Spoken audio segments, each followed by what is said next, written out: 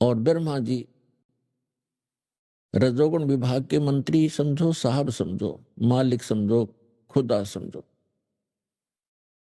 और श्री शंकर जी जो है ये तमोगुण विभाग के स्वामी समझो, प्रभु समझो, ये केवल इतने ही मालिक है। तो गीता ज्ञान दाता जो भी आप समझते थे उसी को सोचकर चलिए, वही मानकर चलिए। वो कह रहा है कि मेरे तो जन्म मृत्यु होते हैं और वो कोई और परमात्मा है जिसकी शरण में जाने से 18वें अध्याय के 62वें श्लोक में कहा है, अर्जुन तू सर्वभाव से उस परमेश्वर की शरण में जा, उसकी कृपा से तू परम शांति को और सनातन परम धाम को प्राप्त होगा। तो यहां हमने अब समझना है कि वो परमात्मा कौन है जिसके विषय में गीता ज्ञानदाता भी प्रमाणित कर रहा है कि उसी की शरण में जाओ, उससे आपको वो स्थान मिलेगा जहां जाने के बाद फिर लौटकर कभी संसार में नहीं आओगे, वो शाश्वत स्थान है। तो अब हम जो प्रसंग चला है कि ये आत्मा परमात्मा को युगों से खोज रही है, और हम पिछले इतिहास देखते हैं अपने ऋषि महर्षियों के, उन्होंने हजारों हजारों वर्ष तपस्याएं की, साधनाएं की, अनुष्ठान किए कि भगवान मिले कल्याण हो। लेकिन यदि उनका मार्ग ठीक होता तो वही मार्ग वो हमें बताया करते थे, तो हम सभी चले जाते और पृथ्वी खाली हो जाती। अब यहां शंका एक और उत्पन्न होती है कि भक्तजन श्रद्धालु कहते हैं कि यदि पृथ्वी खाली हो जाएगी तो यहां कौन रहेगा। तो ये बालक सोच होती है, एक बिल्कुल अबोध बच्चा ये बातें कर सकता है जिसको कुछ भी ज्ञान नहीं। अब ये कोई सुख का स्थान थोड़ा ही है, हर चीज का अभाव यहां पर, और सारा जीवन हम अपने इस पेट पोषण पर ही लगा देते और बीच में ही मृत्यु हो जाती है। इतना गंदा स्थान यहाँ रहने की इच्छा हमारी क्यों बन रही है? क्योंकि हमें उस अन्य सुख में लोक का ज्ञान नहीं, और वहां जाने का कोई समाधान नहीं। अब जैसे चंद्रमा खाली पड़ा है, ऊपर के ग्रह ये सभी खाली पड़े हैं, तो एक पत्थर ये भी पड़ा रहेगा। हमने कौन सा ठेका ले रखा है यहीं पर गर्मी और सर्दी और भूख प्यास इन कैंसर से पीड़ित होकर मरने और जीने की? यह तो हमारी मजबूरी है। जब हम ऐसे स्थान पर चले जाएंगे जहां हमें शरीर इतना बड़ा अच्छा मिलेगा जिसमें कोई रोग नहीं, निरामे मिलेगा। निरामे, आमे माने रोग होता है, निरामे माने निरोग शरीर मिलेगा। और ऐसा ही वहां दुनिया होगी आपकी, ऐसे आपका परिवार होगा जो कभी मृत्यु को प्राप्त नहीं होगा। और वहां एक ऐसा शिष्टाचार होगा, यहाँ तक कद बहु सास ने गड़न लाग रही है या सास बहु के सर हो रही है, रोज कोई ना कोई पंगा जी ने बना रहता है जीव के, हम ढीठ होकर जी रहे हैं, कोई विकल्प दिखाई नहीं दे रहा। तो हम ऐसे स्थान पर चले जाएंगे जहां कोई दुख नहीं, कोई वृद्ध अवस्था नहीं। अब कौन वृद्ध होना चाहता है, कौन रोगी होना चाहता है, और सभी हो रहे हैं। कौन मरना चाहता है, और सभी मर रहे हैं। तो ऐसे गंदे लोक में और फिर कोई ये कहे कि ये खाली हो जाएगा, ये तो जितना शीघ्र खाली हो उतना अच्छा। ये रहने का स्थान है, कहीं फ्लड आ रही है, मर गई दुनिया, कहीं पर भूकंप आ गया है, कहीं पर वैसे सूखाग्रस्त, कोई रोग से मर रहा है, कोई किसी तरह करा रहा है। तो ये तो एक बूचड़ खाना है ये पृथ्वी लोक, और ये स्वर्ग लोग यहाँ के, ये कोई स्थान ठीक नहीं है। तो परमात्मा की खोज में हम युगों से लगे हुए हैं, और यदि उन ऋषि महर्षियों का मार्ग सही होता तो हम चले जाते वहां पर, हम इस संसार में नहीं रहते। इसका कारण यही रहा कि हमारे सदग्रंथों का भी ज्ञान हमारे धर्मगुरुओं को नहीं था। वर्तमान के अंदर तो बिल्कुल ही बिजली गिर गई है, और विशेषकर इस हिंदू धर्म में तो कमाल कर दिया। जितना भक्ति का इस अध्यात्म मार्ग में जो घोटाला देखा है इस हिंदू धर्म के अंदर, और अन्य धर्मों में नहीं देखने को मिलता। अन्य धर्मों के धर्मी जैसा कोई कुरान शरीफ का मानने वाला है, कम से कम कुरान शरीफ को आधार तो मान रहा है, और उसके अनुसार जैसा भी उनकी परंपरा वो एक ही तरह की भक्ति करे। इसी प्रकार ईसाई धर्म में देख ले, सिख धर्म में देख लो और हिंदू धर्म में देख ले, जितने गुरु उतनी ही पूजा, जितने जो ज्ञान है उतने ही देवता। कोई कुछ पूज रहा है, कोई कुछ पूज रहा है, कोई कुछ बता रहा है, कोई कुछ बता रहा है, कोई आधार नहीं। जबकि हमारे सदग्रंथ हैं, उनको तो देखे हम झांक के, तो हमारे धर्म गुरुओं को हमारे धर्म ग्रंथों का भी ज्ञान नहीं था। इस कारण से हमारे उन अनमोल रत्न, जो अनमोल खजाना हमारा हमारे घर में छुपा पड़ा था, ये हमारे धर्म गुरु उसको हमारे सामने रख नहीं सके, जिस कारण से हम गरीब से गरीब होते चले गए। हम आध्यात्मिक गरीब हो गए, निर्धन हो गए। कबीर साहब कहते हैं, कबीर सब जग निर्धना और धनवंता ना कोई, धनवंता सो जानिए जिस पर राम नाम धन होए।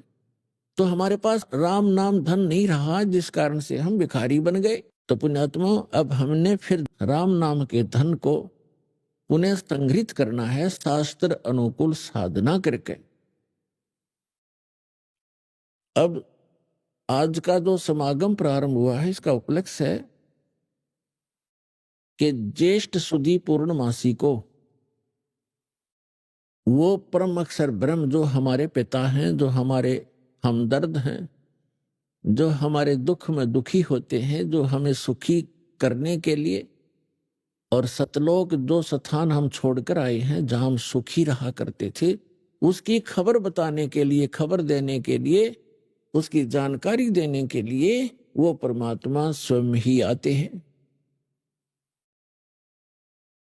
और ये हमारे सदग्रंथ भी प्रमाणित कर रहे हैं। ऋग्वेद मंडल नंबर 9 सूक्त नंबर 86 और मंत्र नंबर 26 और 27 में, ऋग्वेद मंडल नंबर 9 सूक्त 82 मंत्र 1, 2, 3 में, ऋग्वेद मंडल नंबर 9 सूक्त 20 मंत्र 1 में, ऋग्वेद मंडल नंबर 9 सूक्त 94 के 94 के मंत्र नंबर 1 में, ऋग्वेद मंडल नंबर 9 सूक्त 95 के मंत्र नंबर 2 में, ऋग्वेद मंडल नंबर 9 सूक्त 96 96 के मंत्र 16 से लेकर 20 में, ऋग्वेद मंडल नंबर 9 सूक्त 54 मंत्र 3 में, ऋग्वेद मंडल नंबर 9 सूक्त 1 मंत्र 8 और 9 में, और भी अनेक स्थानों पर ये प्रमाण दिया है कि वो परमात्मा जो सर्वशक्तिमान है, सर्वोत्पादक प्रभु, सबकी उत्पत्ति करने वाला, वो परमात्मा ऊपर रहता है ध्रुवलोक के तीसरे पृष्ठ पर। ध्रुवलोक माने तेजो में लोक, जो सौ प्रकाशित पृथ्वी सतलोक है। उस पृथ्वी पर वो परमात्मा एक गुम्बज के अंदर राजा के समान, सिर पर मुकुट है, ऊपर श्वेत छत्र है दाता के, और सिंहासन यानी तख्त पर विराजमान है। तो जिन महापुरुषों ने परमात्मा को वहां देखा, उन्होंने भी बताया है परमात्मा का साक्षात्कार जिनको हुआ है, क्योंकि वो परमात्मा स्वयं ही उनको लेकर के सतलोक गए थे, अपना निज स्थान दिखाकर उनको वापस छोड़ा था। उनमें से एक हैं आदरणीय गरीबदास साहिब जी, गांव छुडानी, जिला झज्जर, हरियाणा वाले। उन्होंने कहा कि श्वेत छत्र और सिर मुकुट विराजे, देखत ना उस चेहरे नु, गरीबदास ये वक्त जात है, रोगे इस पैरे नु। यानी वो परमात्मा के सिर पर सफेद छत्र है एक ऊपर, जैसे ये छत्र आप छतरी देखते हो छोटी सी, ये तो आर्टिफिशियल है, वहां परमात्मा की ओरिजिनल है। और सिर पर मुकुट है उस परम पिता के, जैसे राजा लोग पहनते हैं। यही ऋग्वेद मंडल नंबर 9 सूक्त 82 मंत्र 1 में है कि वो सर्व उत्पादक प्रभु, सब पापों का नाश करने वाला, राजा के समान दर्शनीय है, देखने में राजा के समान तख्त पर विराजमान है, सिंहासन पर बैठा है, और वहां से गति करके आता है, अच्छी आत्माओं को मिलता है जो दृढ़ भक्त होते हैं। तो इन सभी वेद मंत्रों का निष्कर्ष है कि वो परमात्मा ऊपर बैठा है, नर आकार है, मनुष्य दृश्य है। जिन महापुरुषों ने परमात्मा को देखा, उन्होंने कहा हमरे ही हुनियार है हमारा सृजनहार, हमारा सृजनहार, हमारा भगवान, हमारा उत्पत्ति करता, हमारे ही शकल का है, हमारे जैसी शकल का है, हुनियार हमारे जैसे रूप का है, लेकिन उस परमात्मा की सामर्थ्य और मैटेरियल ऑफ बॉडी हमसे ज्यादा शक्तिशाली और अविनाशी है, ताकतवर है, तेजों में है। तो सतलोक में जाने के बाद प्रत्येक प्राणी, प्रत्येक जीव हंस कहलाता है, हंस। और वहां जाने के बाद प्रत्येक का जो शरीर बनता है वो, जैसे हमें यहां शरीर मिला ये कच्चा है, इस किसी कारण से भी विनाश को प्राप्त हो जाता है। वहां जो शरीर मिलेगा वो कभी विनाश को नहीं प्राप्त होगा। उसमें नाड़ी तंत्र नहीं है, उसके अंदर ब्लड प्रेशर, शुगर, कैंसर आदि कोई रोग नहीं होता। वहां वृद्ध अवस्था नहीं है और वहां सदा युवा रहते हैं। ऐसे आपका परिवार होगा और बच्चे होंगे, और एक स्थिति ऐसी आती है कि वो युवा होने के बाद फिर युवा ही रहेंगे, वो सदा वृद्ध नहीं होते। और इतने शुद्ध विचार हैं, किसी चीज का अभाव नहीं है, किसी वस्तु का अभाव नहीं वहां पर। यहां तो एक हीरा आपने शायद किसी ने जीवन में देखा भी नहीं होगा, हीरा। और वहां सतलोक के अंदर हीरों के तो पहाड़ हैं, जैसे यहाँ पत्थर के पहाड़ हैं, वहां हीरे ठोकरों में रले मिलेंगे आपको। और दूधों की दरिया बहती है, सदाबहार वृक्ष हैं, किसी चीज का अभाव नहीं, जहां बैठो कुछ खाओ। और सब पकवान आपको किसी प्रकार के पकवान, जैसे परमात्मा जब काशी में आए हुए थे, 120 वर्ष रहे, तो एक बार किसी ने मजाक कर दिया था, झूठी चिट्ठियां डाल दी थी कबीर भगवान के नाम से कि सभी साधु संत आओ और कबीर साहब भंडारा कर रहे हैं। और उस समय लीला कर रहे थे, दाता एक गरीब कति एक सिंपल भगत की